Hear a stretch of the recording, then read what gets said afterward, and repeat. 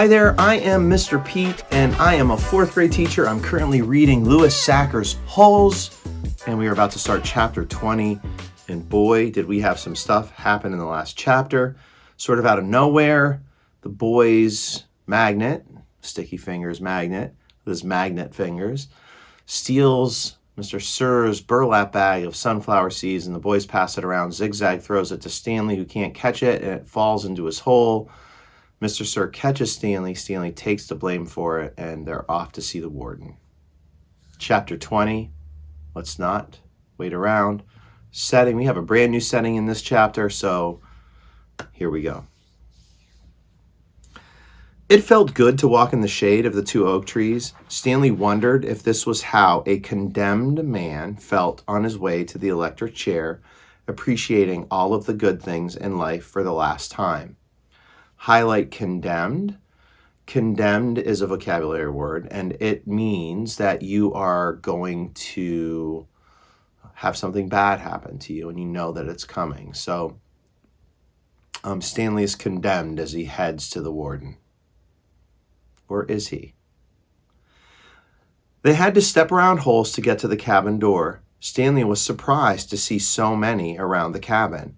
He would have expected the warden to not want the campers digging so close to her home, but several holes were right up against the cabin wall. The holes were closer together here as well, and were of different shapes and sizes. That's interesting. Mr. Sir knocked on the door. Stanley still held the empty sack. Yes, the warden said, opening the door. There's been a little trouble out on the lake, Mr. Sir said. Caveman will tell you all about it. The warden stared at Mr. Sir a moment. Then her gaze turned towards Stanley. He felt nothing but dread now. Highlight dread, vocabulary word. Dread means fear. It's a way better word, though. Come in, I suppose, said the warden. You're letting the cold out. It was air-conditioned inside her cabin. The television was going. She picked up the remote and turned it off. So we have a new setting, the warden's cabin. And we've seen this cabin before, but now we're actually going inside. She sat down on a canvas chair. She was barefoot and wearing shorts. Her legs were as freckled as her face and arms. So what is it you have to tell me? Stanley took a breath to steady himself. While Mr. Sir was filling the canteens, I snuck into the truck and stole his bag of sunflower seeds. I see. She turned to Mr. Sir. That's why you brought him here? Yes, but I think he's lying. I think someone else stole the sack and Caveman is covering up for X-ray or somebody.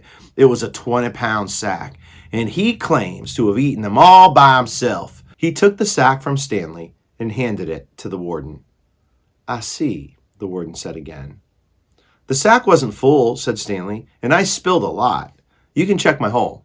In that room, Caveman, there's a small flowered case. Will you get it for me, please? She pointed to the door.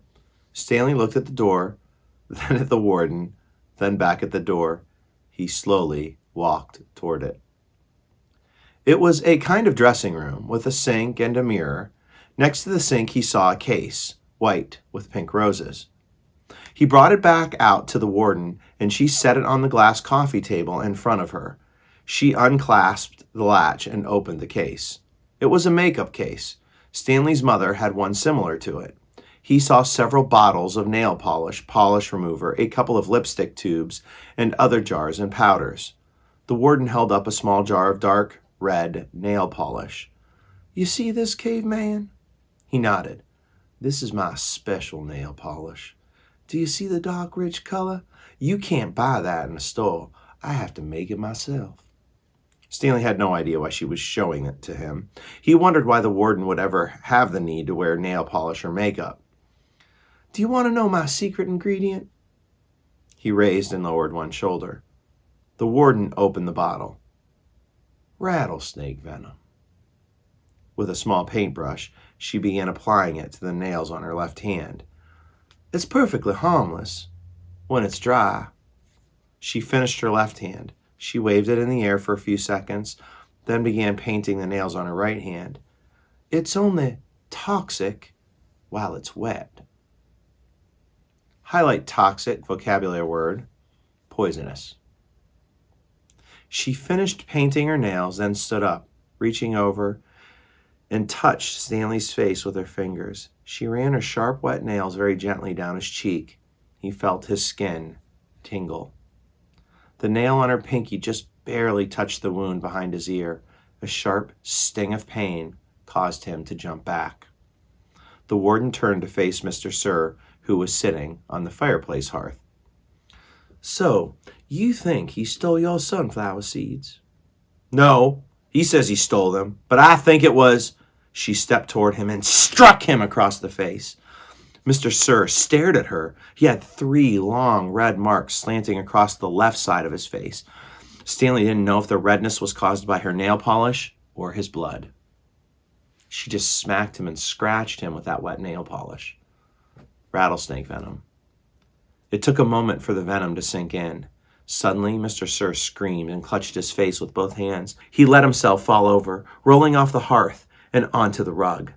The warden spoke softly. I don't especially care about your sunflower seeds. Mr. Sir moaned. If you must know, said the warden, I liked it better when you smoked. For a second, Mr. Sir's pain seemed to recede. He took several long, deep breaths, then his head jerked violently, and he let out a shrill scream, worse than the one before. Go back to recede and highlight that. Recede means to go away, and the pain left for a second and then really hit. The warden turned to Stanley. I suggest you go back to your hole now. Stanley started to go, but Mr. Sir lay in the way. Stanley could see the muscles on his face jump and twitch. His body writhed in agony. Highlight writhed, vocabulary word. Writhed is sort of like wiggling around in pain. Okay. Stanley stepped carefully over him. Is he... Excuse me, said the warden. Stanley was too frightened to speak. He's not going to die, the warden said. Unfortunately for you.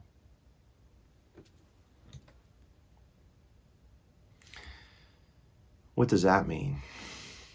So go back to when she was picking on Mr. Pendanski and pulled Stanley over, and Stanley didn't want to get Mr. Pendanski in trouble.